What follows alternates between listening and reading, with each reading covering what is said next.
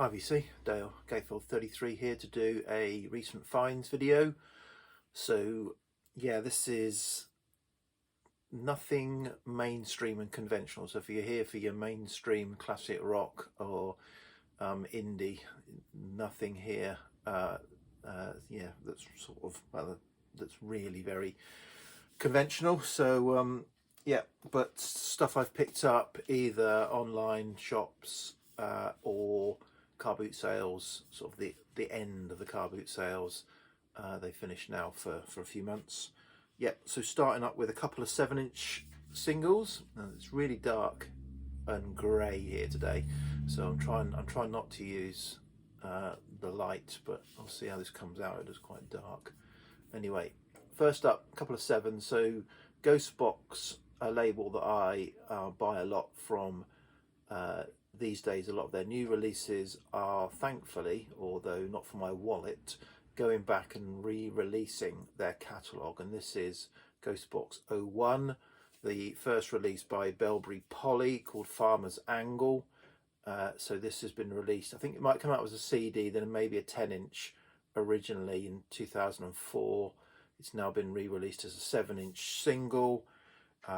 You know, the little spiel on the back. So this is all kind of hauntology, nostalgia for times gone past, early 70s documentaries, imagined documentaries of that kind of early kind of synth style, Tomorrow's World and all that sort of thing. So it says, you know, hello, welcome to Farmer's Angle, where in addition to the latest agricultural news and weather, we'll be taking a new look at ancient rites. So that's kind of I guess there's a picture of countryside there. So that's that. All really good, really lovely music.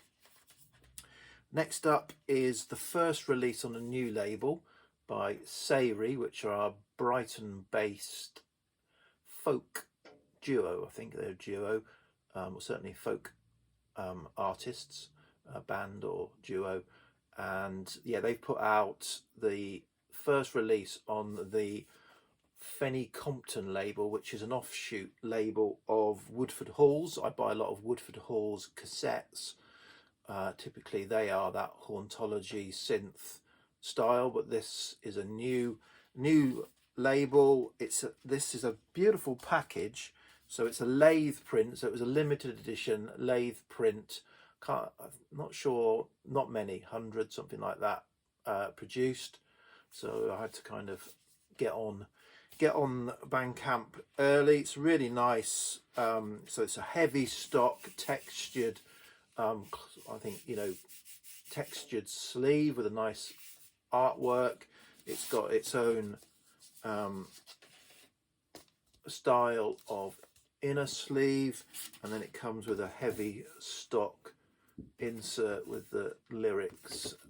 So all of that is fine. The only downside is it's quite distorted.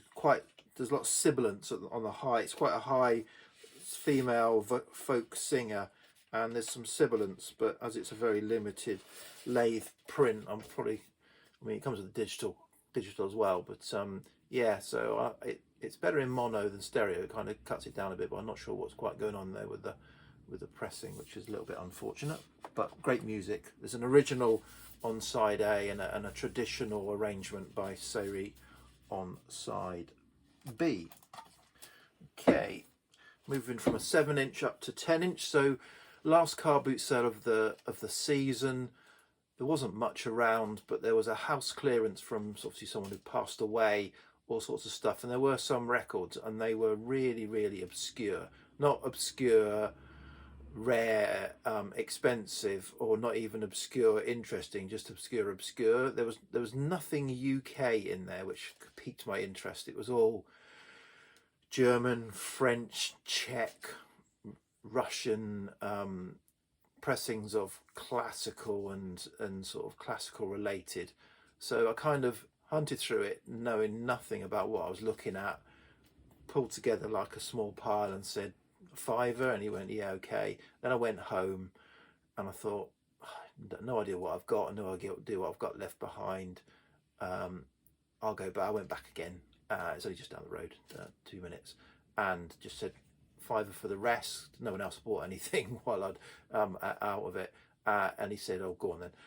So I kind of, there were some classical box sets. Some of it was operas, which I'm not really interested in. Unfortunately, they'd all been left on the tarmac. It was a damp day, so they'd been there for 2 or 3 hours by then, and so the damp had kind of risen up through the covers and the boxes, so they were damp and I need to dry out. So they're a bit.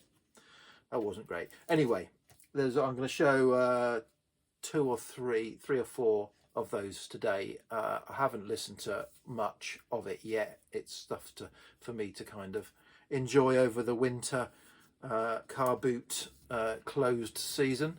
So anyway, first up is a 10-inch. This is, and I don't normally go in for blues, pure, if you like, traditional blues.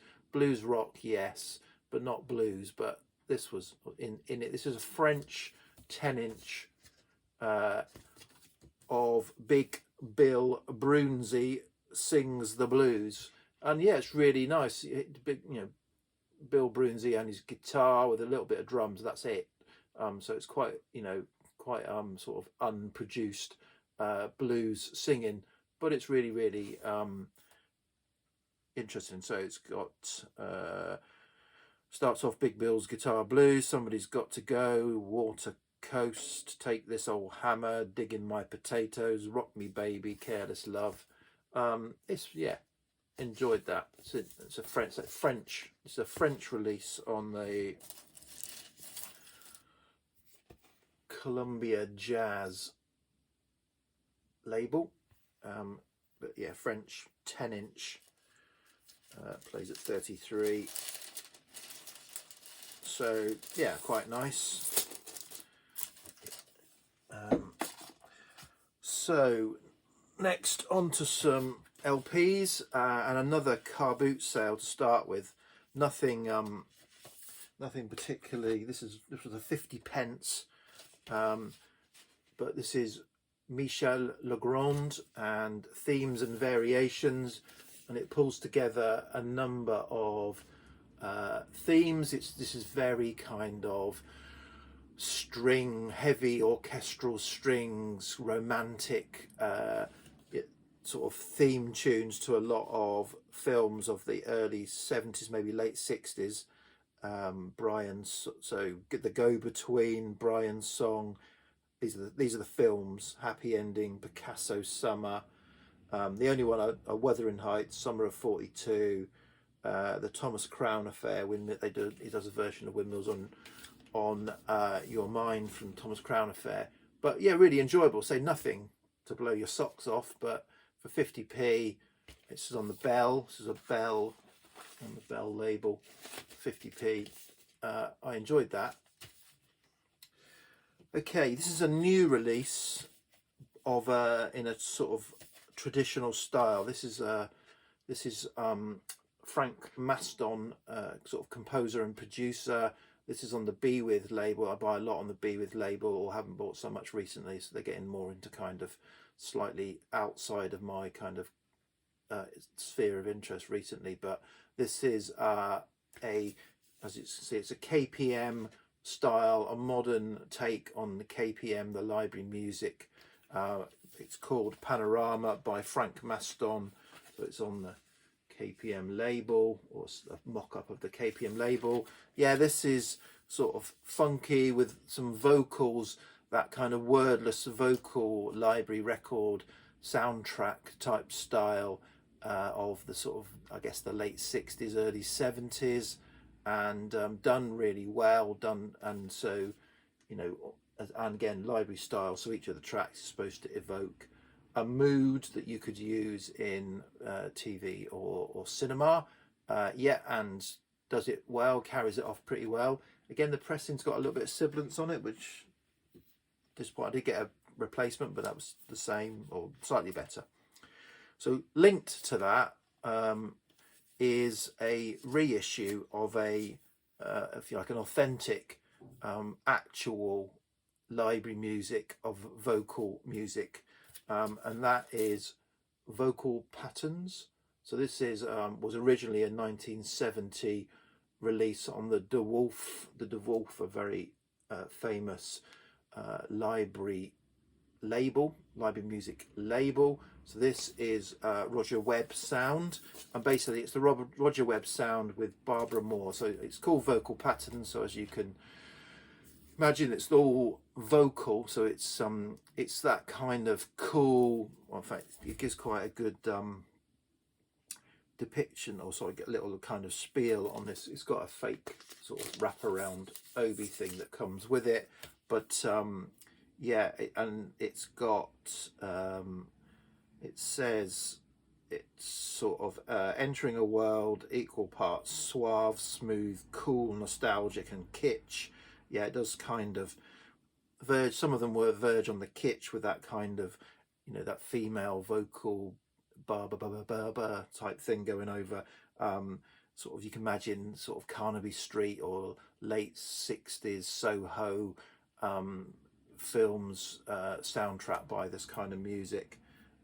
But yeah, really really lovely. I enjoy it anyway. So yeah, Barbara Moore does the vocals. She's quite famous for that kind of style of vocal, and Roger Webb does all of the arrangements, and they've worked with a lot of artists, and I think this features all sorts of kind of, got Herbie Flowers and Jimmy Page, I think, is doing the guitar on it as well. So yeah, really nice reissue. Sounds really good. Couple more of these couple of Johnny Trunk issues now. So first up is this Sunday Bloody Sunday. So this is Ron Geesin, and this brings together 3 unreleased soundtracks on one record. So the first side is the score to Sunday Bloody Sunday, which was a film from '71, quite a kind of groundbreaking or controversial film. It was a kind of love triangle between a woman and 2 gay men, and yeah, so first sort of time that kind of subject matter, I think, was put on TV. I think it was TV or film. But yeah, and it's real mixed. The first side, real mixed of styles. There's some dramatic stuff, some sort of lush strings, all sorts going on it. But yeah, really interesting, really good. And then on side 2, there are 2 kind of documentaries brought together. So there's one called Viv, which is around the West Indian cricketer Viv Richards, one of my heroes. So I'm a big cricket fan, and I was a big Somerset fan as a child, and at the time of Viv Richards, Joel Garner, Ian Botham were at Somerset all together. So Viv Richards, yeah, so it's just 4 tracks that kind of soundtrack a Viv Richards documentary, and then the last bit is kind of a number of short kind of sequences that soundtrack a BBC omnibus documentary called Shapes in a Wilderness, which are again fairly kind of dramatic little pieces of snippets of music. But yeah, typical Trunk fare. And then the next one is a very recent Trunk release, Children of the Stones, which was a 70s children's series, although again it's sort of hauntology, slightly scary, mythical around this you know, the stones in a village, and some cult going on, and kind of brainwashing people into following this cult. So yeah, so Johnny Trunk kind of put this out, and there was a link on his sort of Friday email to the series, which is available. You can see the whole series in one YouTube video. It's about 2 hours 40, something like that. Really stands up well. You know, over time. It was really interesting. I watched it, you know, in 2 or 3 sittings on YouTube, and yeah, Children of the Stones, thoroughly recommend it. And so this is the music from it. There isn't much music from it, if I'm honest, and what it is fairly incidental, fairly a bit weird and wacky, but really interesting. But this is nice packaging. So it's got an inner sleeve with some words, as Lionel Richie would say, some explanation, and then sorry, I'm slightly distracted. There's sort of some knocking and banging from downstairs, which I don't know what it is because there's no one else in the house. So either the cats are having a fight or the boiler's going to blow up, one of the two. So this is the picture that kind of is part of the this is a picture, sort of an older picture that features as part of the storyline in it. And then if you got in early, there was some postcards, I think, from the book. I think the book followed the series rather than I think these are illustrations from the book. So yeah, so a nice package overall, and some weird music from a very good documentary.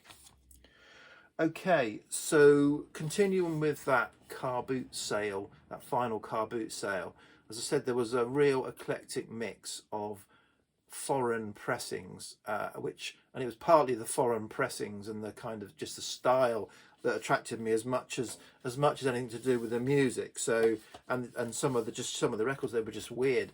I'd love to have known that, obviously the person who'd passed away, whose house clearance it was from. I'd love to have known the kind of background, why they had some of this stuff.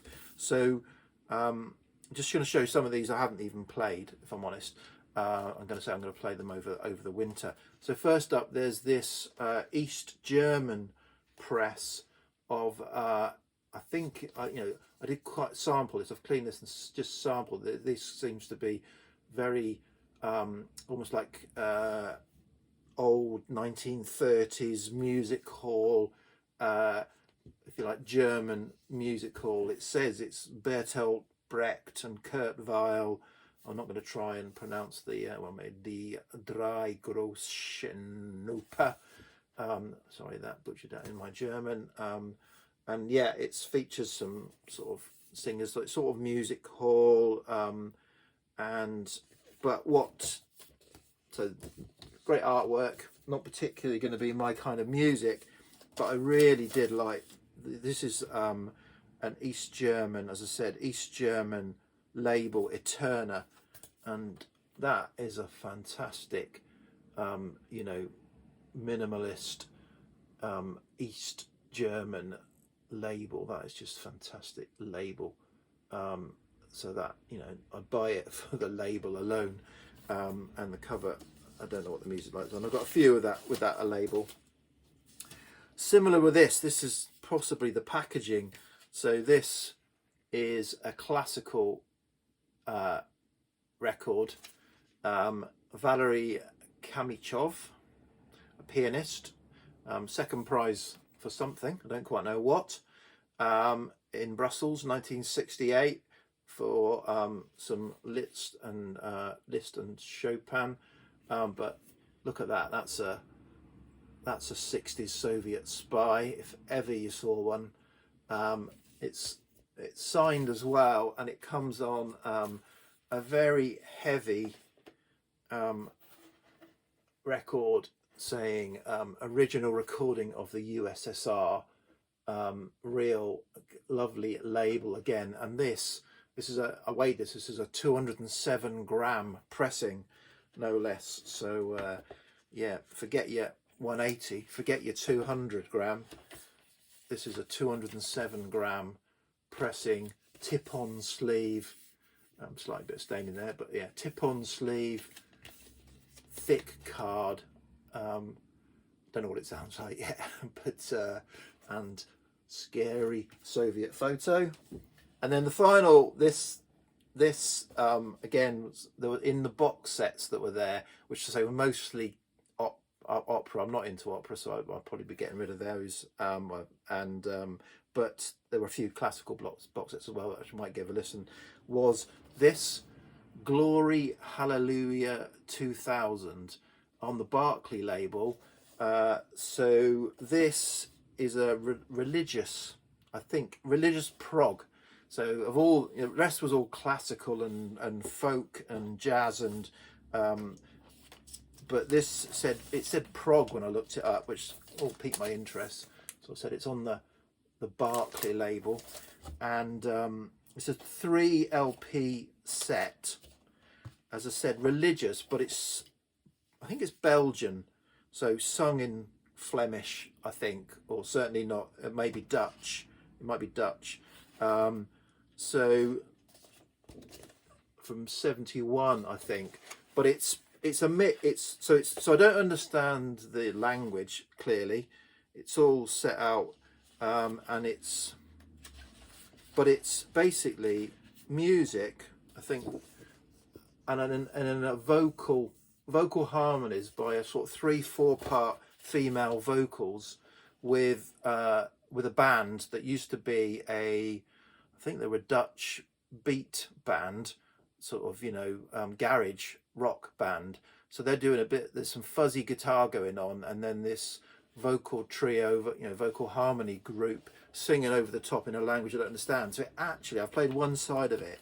It's not bad. I'll see what 6 sides are. So, and because obviously I don't understand the language, I'm not going to get converted to religion by it. So this is quite intriguing for me to listen to. So one side I thought, not bad actually. So anyway, sorry, 21 minutes. So there's a random selection of very weird and wonderful stuff that I've picked up recently. Most of the stuff I pick up is weird and wonderful these days, but cheers VC.